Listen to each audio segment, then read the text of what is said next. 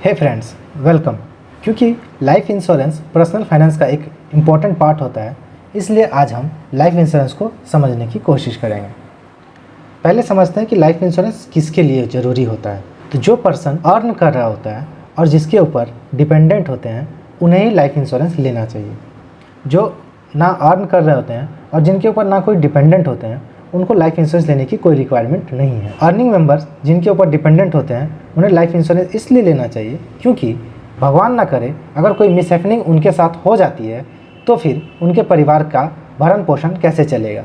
इसके लिए ज़रूरी होता है कि वो अपना एक लाइफ इंश्योरेंस ले लें ताकि उनकी फैमिली सेफ़ एंड सिक्योर रहे। या फिर इन केस मान लीजिए आप एक अर्निंग मेंबर हैं लेकिन आपके ऊपर कोई डिपेंडेंट नहीं है, आपके पेरेंट्स वेल सेटल्ड हैं, आपकी अभी तक शादी नहीं हुई है, तो इस केस में आपको भी लाइफ इंश्योरेंस लेने की कोई रिक्वायरमेंट नहीं है।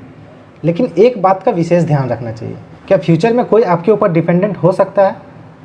अगर इसका जवाब हाँ है तो आपको भी लाइफ इंश्योरेंस ले लेना चाहिए, क्योंकि आप जितना जल्दी लाइफ इंश्योरेंस लेते हैं, आपका लाइफ इंश्योरेंस का प्रीमियम उतना ही कम होता है। और अगर आपको लगता है कि फ्यूचर में आपके ऊपर डिपेंडेंट्स होने वाले हैं, तो आपको लाइफ इंश्योरेंस जल्द से जल्द लेना चाहिए। चूँकि कम उम्र में आपके साथ कोई मिसहैपनिंग होने के चांसेस बहुत कम होती है, इसलिए इंश्योरेंस कंपनी को आप एक सिक्योर पर्सन लगते हैं और इसीलिए वो आपको कम प्रीमियम में एक हायर कवरेज देने के लिए तैयार होता है। तो इसका बेनिफिट उठाइए और जैसे ही आप अर्न करना शुरू करते हैं, अपने लिए एक बढ़िया सा लाइफ इंश्योरेंस ज़रूर ले लीजिए।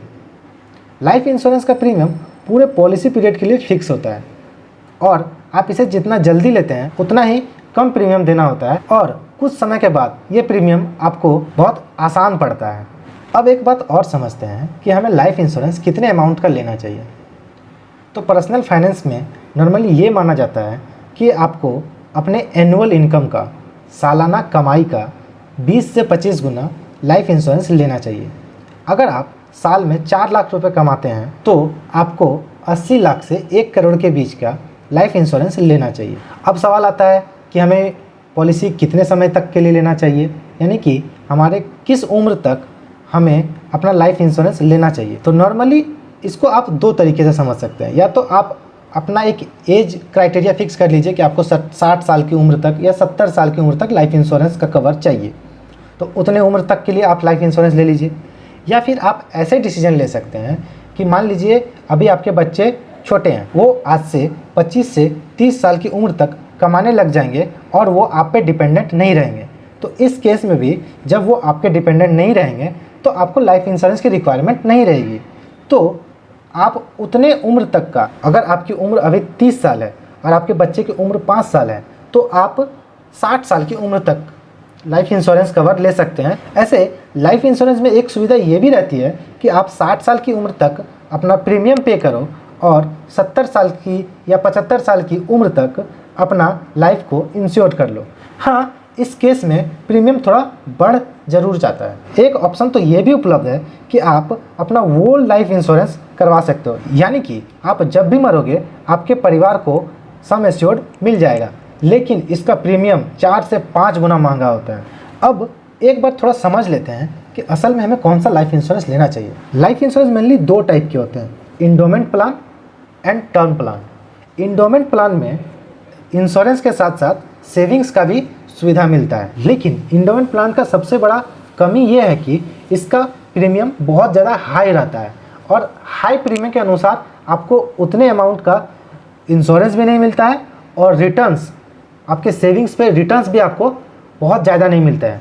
नॉर्मली इंडोमेंट प्लान के सेविंग्स पे रिटर्न एफडी के बराबर या थोड़ा बहुत उससे ज़्यादा का रहता है और आपको अपने सालाना इनकम का 20 से 25 गुना अमाउंट का इंडोमेंट प्लान लेने में बहुत ही हैवी प्रीमियम देना पड़ सकता है।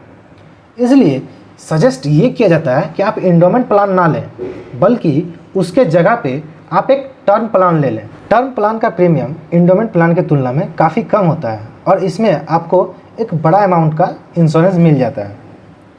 तो बेहतर यह है कि आप टर्म प्लान ले लें और एक बड़े अमाउंट का रिस्क कवर ले लें, जो भी आपके एनुअल इनकम से 20 या 25 गुना ज़्यादा होता है। और सलाह ये रहती है, जो भी प्रीमियम में अमाउंट का आपको बेनिफिट होता है, यानी कि अगर उतने ही अमाउंट का आप सम इंश्योर्ड इंडोमेंट प्लान में लेते तो जो प्रीमियम आपको लगता और अभी टर्म प्लान में जो प्रीमियम आपको लग रहा है, उन दोनों का जो डिफरेंस है, उतने अमाउंट को आप किसी जगह इन्वेस्ट कर दीजिए। अब इन्वेस्ट कहाँ करें? एक बेहतर ऑप्शन तो इंडेक्स फंड होता है, और इसके बारे में एक डिटेल वीडियो भी मैं जल्दी लाने वाला हूँ ताकि आपका ये कन्फ्यूजन भी मैं दूर कर सकूँ। तो आप वहाँ पे पैसा को इन्वेस्ट कर दीजिएगा, तो आपका जो सेविंग्स है वो भी इंडोमेंट प्लान में जो आपको बेनिफिट सेविंग्स का मिलता उससे कहीं ज़्यादा होगा, और आपका सम एश्योर्ड तो ऑलरेडी ज़्यादा हो ही रहा है। यानी कि टर्म प्लान को सेलेक्ट करके और अपने पैसे को सही जगह इन्वेस्ट करके आप इंडोमेंट प्लान से कहीं ज़्यादा बेनिफिट आपको मिल सकती है। टर्म प्लान के साथ साथ आपको एक दो राइडर भी लेना चाहिए। एक राइडर होता है क्रिटिकल इलनेस का, जिसमें कुछ विशेष बीमारियों को कवर किया जाता है। वो उन बीमारियों की पहचान हो जाने मात्र से आपको वो सम एश्योर्ड पे कर दिया जाता है। और एक राइडर होता है डिजेबिलिटी वाला। इसमें भगवान ना करे लेकिन अगर आपकी मृत्यु ना होती है बल्कि आप परमानेंटली डाइजेबल हो जाते हो, तो भी आप काम करने की स्थिति में नहीं रहते हो, तो ऐसे केस में भी कंपनी आपको फुल सम एश्योर्ड पे कर देती है ताकि अब आप उस पैसे से अपना जीवन यापन कर सकें। टर्म इंश्योरेंस लेते समय हमें इस बात का भी ध्यान रखना चाहिए कि उस पॉलिसी का क्लेम सेटलमेंट रेशियो बढ़िया रहे। कई पॉलिसी का क्लेम सेटलमेंट रेशियो 99% तक होता है। हमारे पॉलिसी का क्लेम सेटलमेंट रेशियो जितना ज़्यादा रहेगा उतनी ही अच्छी बात है। लाइफ इंश्योरेंस एक ईजी टू अंडरस्टैंड प्रोडक्ट है और आशा है इसे आप आसानी से समझ भी गए होंगे। अगर ये वीडियो आपको अच्छा लगा है तो इसे लाइक करें, अपने फ्रेंड्स एंड फैमिली के साथ शेयर करें, और मुझे सपोर्ट करने और ऐसे ही वीडियो देखते रहने के लिए इस चैनल को सब्सक्राइब कर लें। वीडियो देखने के लिए बहुत बहुत धन्यवाद। जय हिंद।